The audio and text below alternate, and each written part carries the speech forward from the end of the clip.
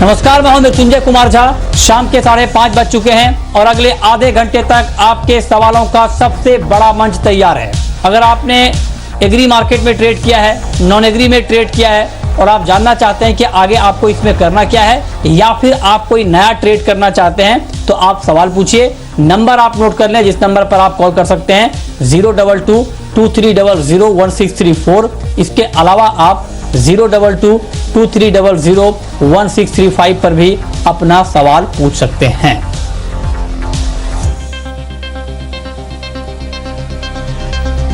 चलिए, लेकिन सवाल जवाब का सिलसिला शुरू करेंगे उससे पहले बात करते हैं एक अहम खबर की। खबर यह है कि एग्री कमोडिटी में इंडेक्स ट्रेडिंग अगले हफ्ते यानी 26 मई से ये शुरू हो जाएगी। एनसीडीएक्स पर एग्रीडेक्स ये इसमें कारोबार शुरू होगा।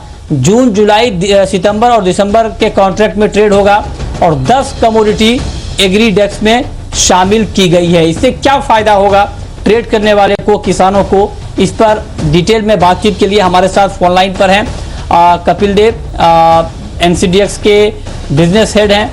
कपिल, बहुत बहुत स्वागत है आपका।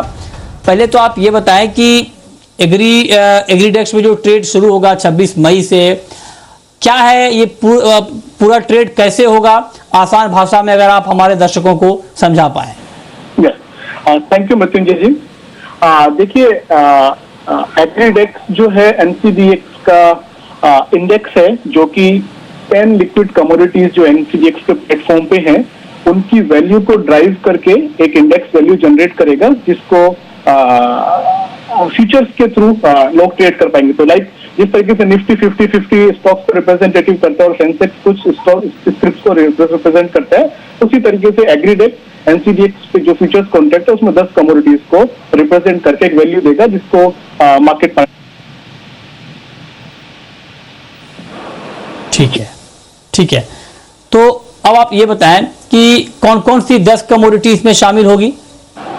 देखिए, as per SEBI guideline criteria decide हुआ था कि वेटेज 50% प्रोडक्शन और 50% लिक्विडिटी को दिया जाएगा।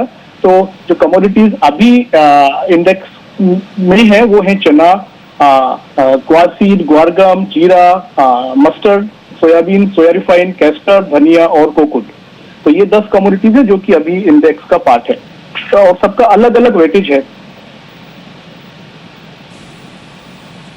तो सबसे ज्यादा वेटेज किसका है?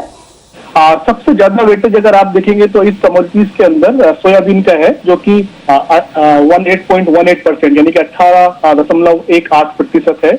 उसके बाद चना है जो कि 17.36% है और उसके बाद ग्वार सीड और मस्टर्ड का नंबर आता है।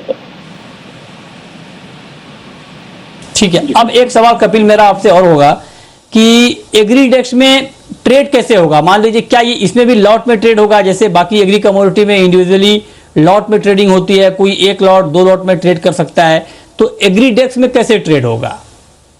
देखिए, इन कमोडिटीज की वैल्यू को लेके एक इंडेक्स यूनिट हमने तैयार की है, जो कि इंडिकेटिव अगर आप देखेंगे तो एक्सचेंज की वेबसाइट पे एग्रीडेक्स का चार्ट भी अवेलेबल है।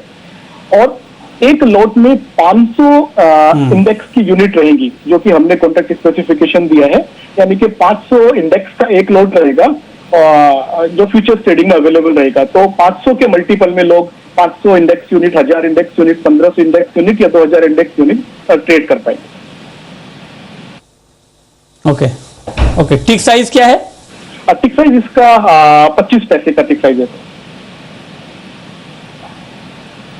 25 पैसे का। ओके। अब एक सवाल और मेरा आपसे कि मार्जिन क्या है। मान लीजिए किसी को एग्रीडेक्स में ट्रेड करना है और मिनिमम क्वांटिटी में अगर ट्रेड करना होगा तो मिनिमम मार्जिन क्या देना पड़ेगा?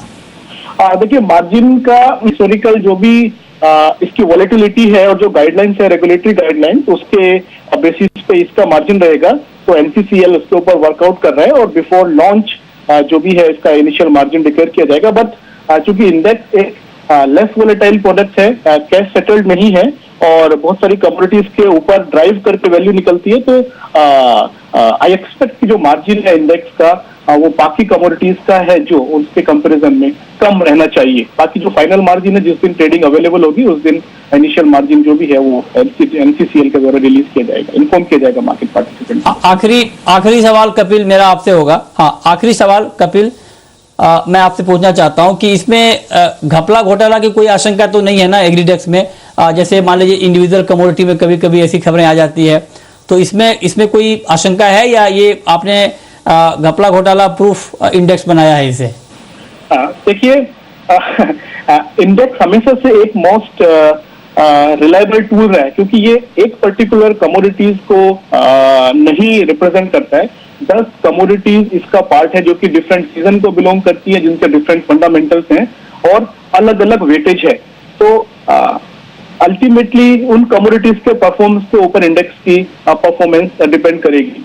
एक पर्टिकुलर कमोडिटी की वॉलेटिलिटी ज्यादा हो सकती है मार्केट में फंडामेंटल के हिसाब से, but trading of index futures का बेनिफिट यही है कि वो न्यूट्रलाइज हो जाता है जब एक ग्रुप ऑफ कमोडिटीज को एक इंडेक्स के अंदर ट्रेड करते हैं। तो ये बहुत ही स्ट्रिक्ट रेगुलेटरी गाइडलाइन के ऊपर बनाया गया है। बहुत डिस्कशन रेगुलेटर और एक्सचेंजेस और मार्केट पार्टिसिपेंट्स का हुआ है, प्रोडक्ट एडवाइजरी कमेटी हुई है, उसके बाद इसको डिजाइन करके मार्केट को ऑफर किया जा रहा है। तो ये एक बहुत ही reliable tool, cash settle tool है, डाइवर्सिफाइड है और मार्केट के लिए आई थिंक बहुत ही प्रॉमिसिंग टूल हम इस पॉइंट पे ऑफर करने जा रहे हैं। ओके, चलिए बहुत शुक्रिया कपिल देव आपका हमारे साथ जुड़ने के लिए, डिटेल में बताने के लिए कि कैसे कामकाज एग्रीडेक्स में होगा। अब आगे बढ़ते हैं, बात करते हैं कि आज के बाजार में आपको करना क्या है। गोल्ड और सिल्वर से शुरुआत कर लेते हैं।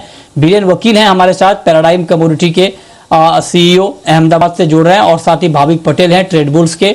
आप दोनों का बहुत स्वागत है। बीरेन जी, गोल्ड और सिल्वर का मार्केट आज के लिए आपको